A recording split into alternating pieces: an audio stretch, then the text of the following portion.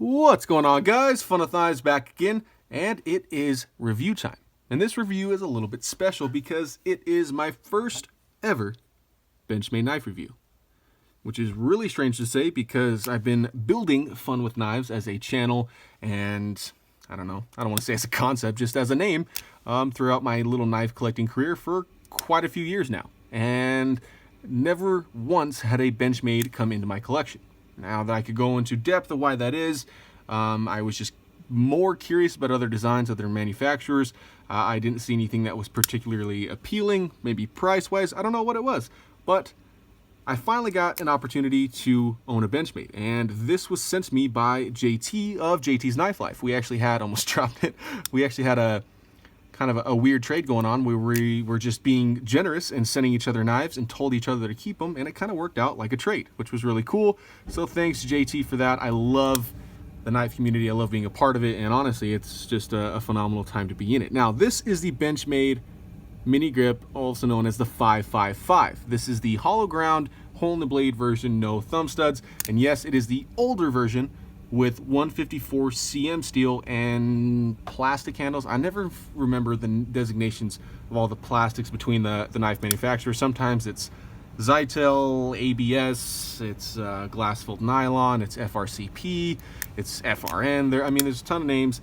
It's around the same stuff. Very high strength, durable, but lightweight, and yes, it does feel like plastic. Now, this does have some inset liners in there, but this thing is extremely light. It's coming in at 2.56 ounces, and it's a little smaller than I usually like in a pocket knife.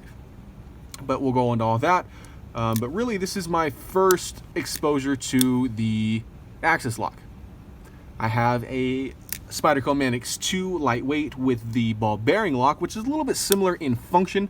Instead of shooting a bar in between the stop pin and the tang, it's a ball bearing, and it has a little bit different feel to it. I would say that the axis lock is much smoother, and I'm sure they're very close in strength as far as durability and things like that. Probably much more strength than I'm ever going to need in a folding knife. Now, this is kind of a standard version with the black handles and then the satin blade. You can see here, very shiny, and I think this actually came from Life Sharp Service, or whatever their warranty service is, where they basically clean it up, replace anything necessary, and give it a good sharpening, and it has phenomenal fit and finish. And I think we'll start with that and then go into the specs.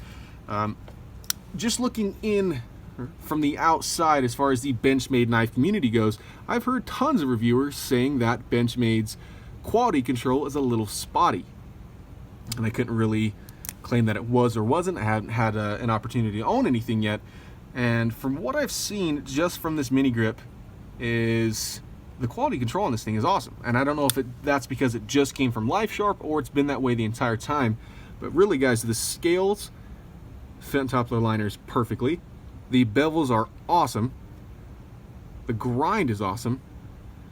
There's one little area of fit and finish. You can see where the light's hitting here on the hole. There's a little bit of inconsistency as far as that milling or whatever they did to put the hole in the blade there, but it's nothing you can really feel. It's more of an aesthetic thing right there down in the corner.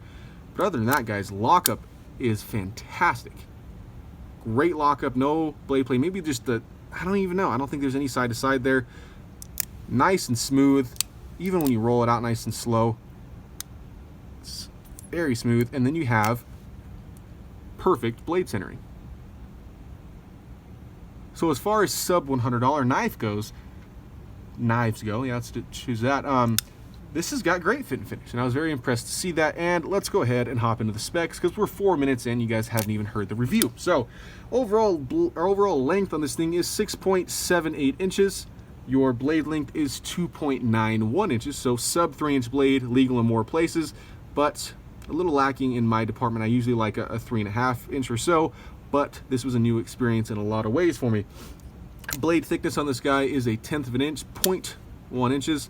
Let's see, handle length 3.87 inches with grip length of, I'm saying 3.5, maybe 3.4.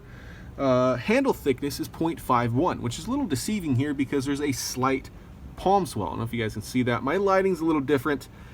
A very busy life, and actually had to move my little FWK studio to another room for the time being. But there's a little bit of a palm swell there. So I'm guessing right at the back here, we're looking at, 0.45, maybe even 0.4, and then it widens up a little bit to that 0.51 inches, sorry. And again, the weight is 2.56 ounces, which is extremely light and much lighter than most of the knives that I carry on the daily. So there's the specs for you. Let's start with the blade here. Again, this is the sheep's foot hollow ground hole in the blade version. I think they have a Tonto and a drop point of sorts, and I think all of those can be half serrated as well, which I'm glad this is a plain edge. I think this one, just again looking from the outside in at those 3 different blade shapes, is probably the best suited at EDC, but looks the worst. I'll be completely honest. I don't think this is a particularly attractive blade shape, but man, does it work. You got a very nice flat portion, and then it kind of just transitioned to this nice sloping belly. And guys, that has been awesome for food prep, cardboard, opening letters, breaking down boxes, just whatever I use my knife for. This blade shape is phenomenal, and it's very easy to sharpen and strop. There's not a whole lot of differentiation in angles or anything like that. It's a very consistent edge bevel all the way through, and it is very thin behind the edge. This hollow grind starts about midway through, but it's pretty severe. You can feel how thin that is behind the edge, and that just makes for a great slicer. Now, let's look at the markings on the blade. 154 cm, Mel Pardue design, the patent number there, and then of course the Benchmade butterfly and USA 555. So, USA made knife, which is very cool to see as well. And again, this is the satin version. You got kind of 2 different satins going on here. I'm assuming that's from the tooling and the grinding itself. One here on the grind and then one here on the flats with kind of a perpendicular satin going along the spine. So kind of an interesting blade finish, but it does look pretty decent. Now, action on this guy is much like a Spyderco. This is going to sound just like a PM2 or a Manix as far as mechanics goes here, because you got the hole in the blade, but you also have a lock that can both open and close the blade, and you can, spider drop it even though I don't think I've ever used that in a practical application, but you can slow roll it out with your thumb, launch it out there, you can middle finger flick it, you can use the lock itself. There's just a million ways to open and close this knife, and they all work pretty damn well. So as far as usability, it's off the chart. So this thing is super easy to do, even with my left hand, which is, it feels like somebody else's when I'm using a knife. So props to Benchmade. I don't know anything about the legality behind a hole in the blade, so I don't want to get into that at all, but the axis lock is awesome. I could say that right now. From what I've seen just in my EDC testing of this knife and carrying it around, I really do like the axis lock. It is superior in its, I don't want to say function, but I think just its usability over the ball bearing lock from Spyderco, at least what I've seen from those 2 models that I own. Now, the lockup on this guy is very secure, which I was kind of shocked to see, and it's very easy to use. Now, I think the first week that I had this knife, there was some lock stick, and it was more audible than it was tangible. You could hear it disengage, but it wasn't so bad that it bugged me, and it kind of worked itself right out, and it's got smoother every day since I've owned the knife, which is, again, the fit and finish is awesome. You can see here, perfect blade centering. I alluded to that earlier.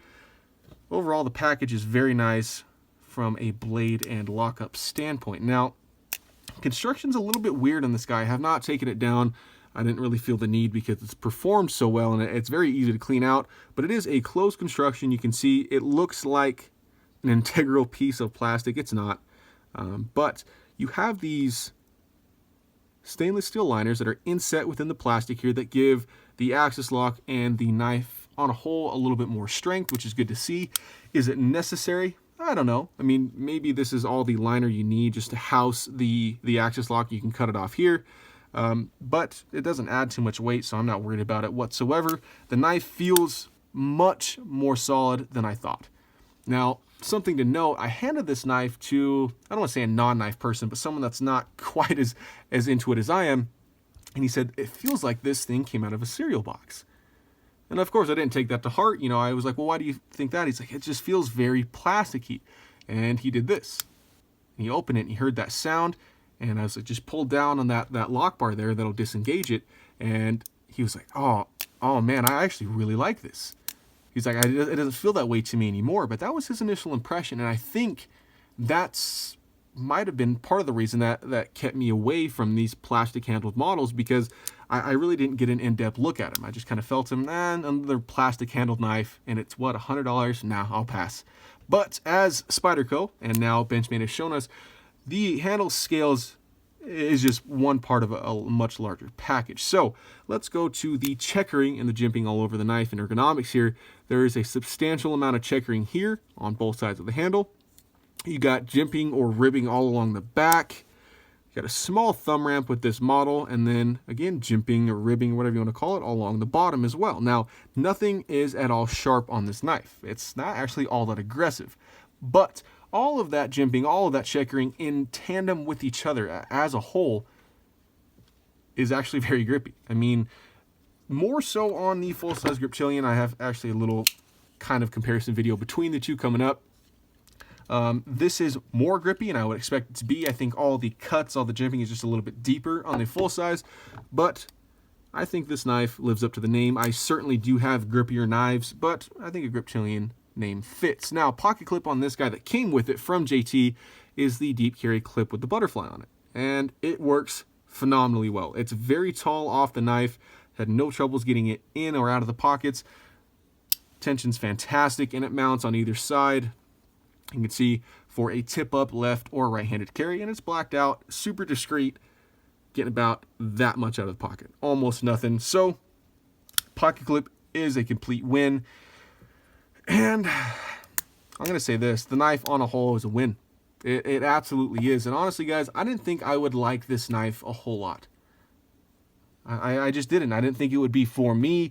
I don't really love the smaller knives. But guys, I'm telling you, if you need or like a knife under 3 inches, you like the 154 cm steel, which has performed great for me. I mean, sure, it's a step down from S30V, but it's a huge step up from HCR13 MOV or anything like that. And with the newer Griptilians going out, these things seem to keep dropping in price just little bit by little bit. They're more and more available, and then all of a sudden in a year from now, I'm sure they're going to be gone. But this is a winning design, and that's why it's worked for so many years, and I'm so glad I got my opportunity to look at one, carry one, and use one on a daily basis, because this is truly an awesome EDC knife. Now, it is not perfect for me, however, I like a larger knife, but I cannot argue with the usability here, just the design overall.